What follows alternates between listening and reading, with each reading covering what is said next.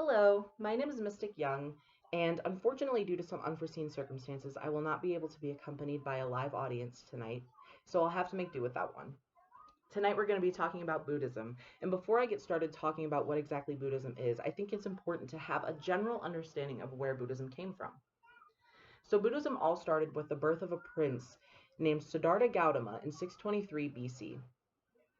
Upon Prince Siddhartha's birth, a wise sage prophesied that Prince Siddhartha would either be a great king or a renowned spiritual leader. And in hopes that Prince Siddhartha would follow the path towards the great king, his father did everything in his power to eliminate the expression of suffering within the palace walls. And this even went as far as to removing wilting flowers from the royal garden before Prince Siddhartha could see them so that he was not exposed to the sickness or the decay of the world around him. This worked for a while until Prince Siddhartha turned 29 years old and realized he was dissatisfied with life in the palace, so he ventured beyond the palace walls for the first time. And it was then that he reached a turning point in his life, and he observed sickness and death and suffering for the first time. And it was then that he realized he wanted something more out of life, something with more substance. So for the next 6 years, Prince Siddhartha learned from various teachers and committed to a trial and error sort of lifestyle to try and eliminate suffering from his life. And after 6 years of constantly trial and error failing time and time again, Prince Siddhartha sat beneath a Bodhi tree and vowed to not get up until he reached enlightenment. And 7 weeks later, sat beneath that same Bodhi tree, Prince Siddhartha realized that suffering is a given. As long as the world is turning, people will be suffering. However, there is a root cause of all suffering, and that root cause is attachment to worldly things and worldly desires. So, what exactly is Buddhism? Well, I think before we get into some of the general teachings of Buddhism, it's important to understand some of the common misconceptions of Buddhism. And one of the most common misconceptions that needs to be addressed is that Buddhists worship Buddha as a god.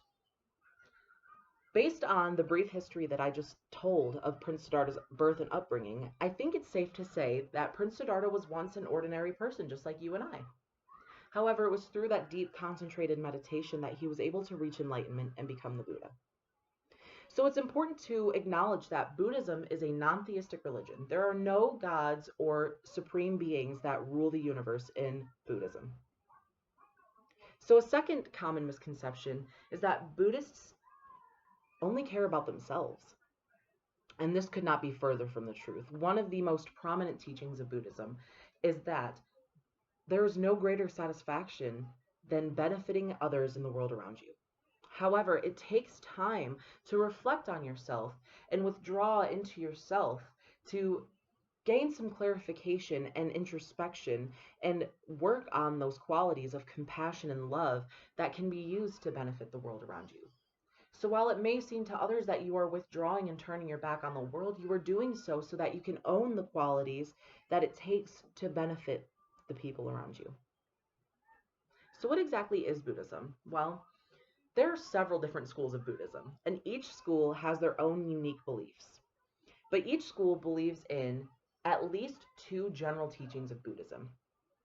And the first of these general teachings is the Four Noble Truths.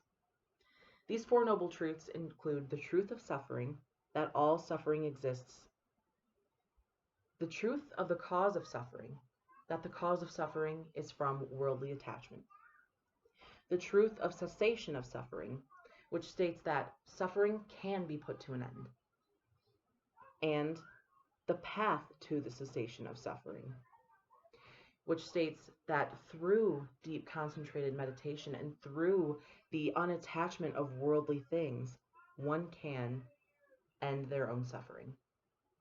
A second common and general teaching of Buddhism that most schools of Buddhism, if not all schools of Buddhism, accept is the Eightfold Path, which includes the right view, right intention, right speech, right action, right livelihood, right effort, and right concentration.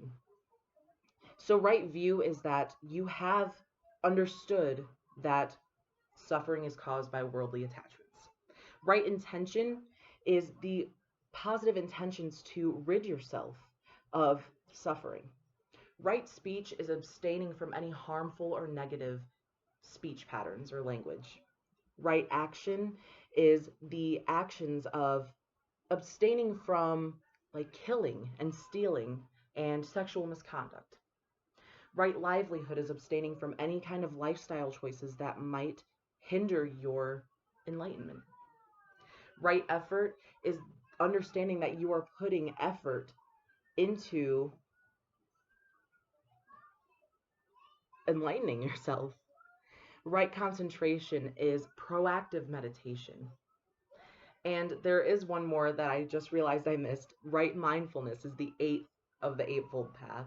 And right mindfulness is understanding and having a connection with yourself and the world around you. Now, is Buddhism a religion or a philosophy? This is an argument that many people are constantly battling. Technically, Buddhism is not a religion because a religion is the belief in a supreme being, a supreme power. And a philosophy is a teaching, a way of life. Since there are no supreme beings to believe in Buddhism, it could be said that Buddhism is not a religion. And it could be better put to say that Buddhism is a philosophy. Thank you for your time and for watching the speech. And I hope that you have gained a better clarification and a better insight of what Buddhism truly is. Thank you again for your time.